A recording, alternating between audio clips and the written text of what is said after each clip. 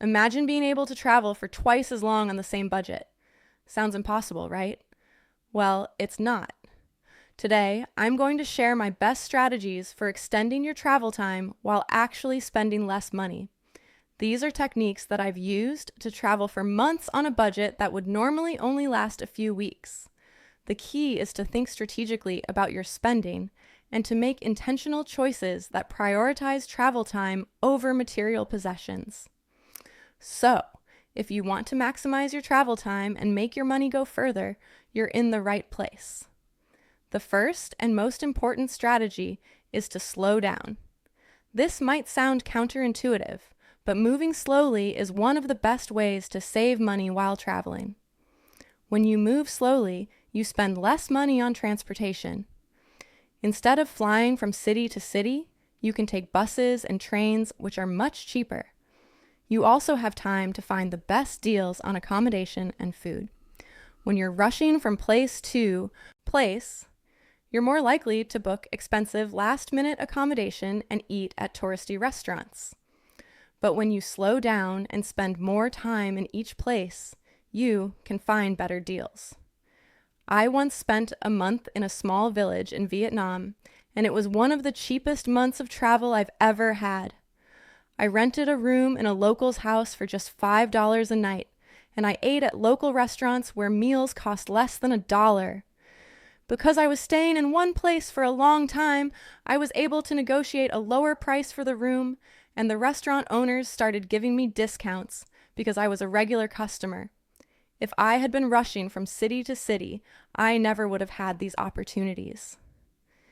The second strategy is to embrace the concept of slow travel. This means spending at least a week or two in each place, rather than just a day or two. This gives you time to really get to know a place, to find the best deals, and to live like a local rather than a tourist. It also means you'll spend less money on transportation because you're not constantly moving. I've found that the longer I stay in a place, the cheaper it becomes, because I discover local restaurants, markets, and activities that are much cheaper than the touristy options. The third strategy is to work while you travel. This is something that more and more travelers are doing, and it's a great way to extend your travel time indefinitely. There are many ways to make money while traveling, from freelancing online to teaching English to working in a hostel. I've done all three, and they've all allowed me to extend my travels. The beauty of working while traveling is that you don't have to work full-time.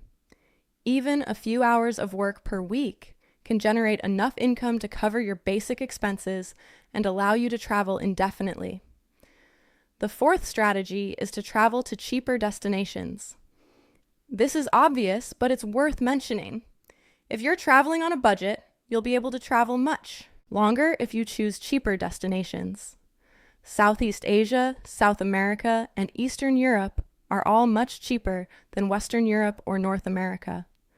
By choosing cheaper destinations, you can stretch your budget much further.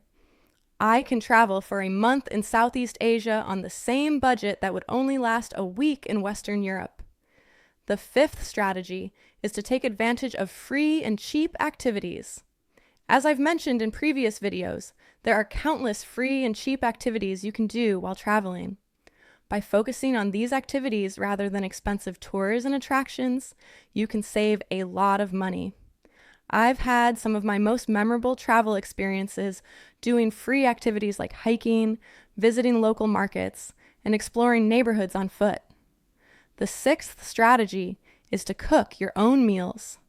This is one of the most effective ways to save money on food while traveling.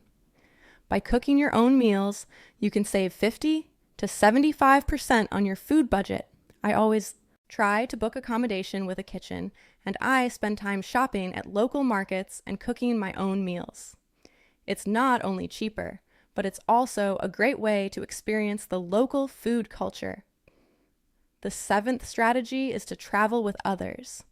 When you travel with others, you can split costs like accommodation and transportation. which can significantly reduce your overall expenses. I've traveled with friends and family, and we've been able to travel much longer on a combined budget than we would have been able to on our individual budgets. The 8th strategy is to be flexible with your travel dates. If you can travel during the off-season or shoulder season, you'll find much better deals on flights, accommodation, and activities. I've saved hundreds of dollars by being flexible with my travel dates and traveling when fewer tourists are around. The 9th strategy is to use travel rewards and loyalty programs. Many credit cards offer travel rewards, and many airlines and hotels have loyalty programs. By using these programs strategically, you can get free flights, free accommodation, and discounts on activities. I've used travel rewards to get free flights and free hotel stays, which has allowed me to travel much longer. The 10th and final strategy is to embrace minimalism. The less stuff you have, the less you spend. By traveling with just a backpack and a few changes of clothes, you're forced to be intentional about your purchases. You're less likely to buy souvenirs and unnecessary items, and you're more likely to focus on experiences rather than material possessions. Minimalism also makes traveling easier and more enjoyable.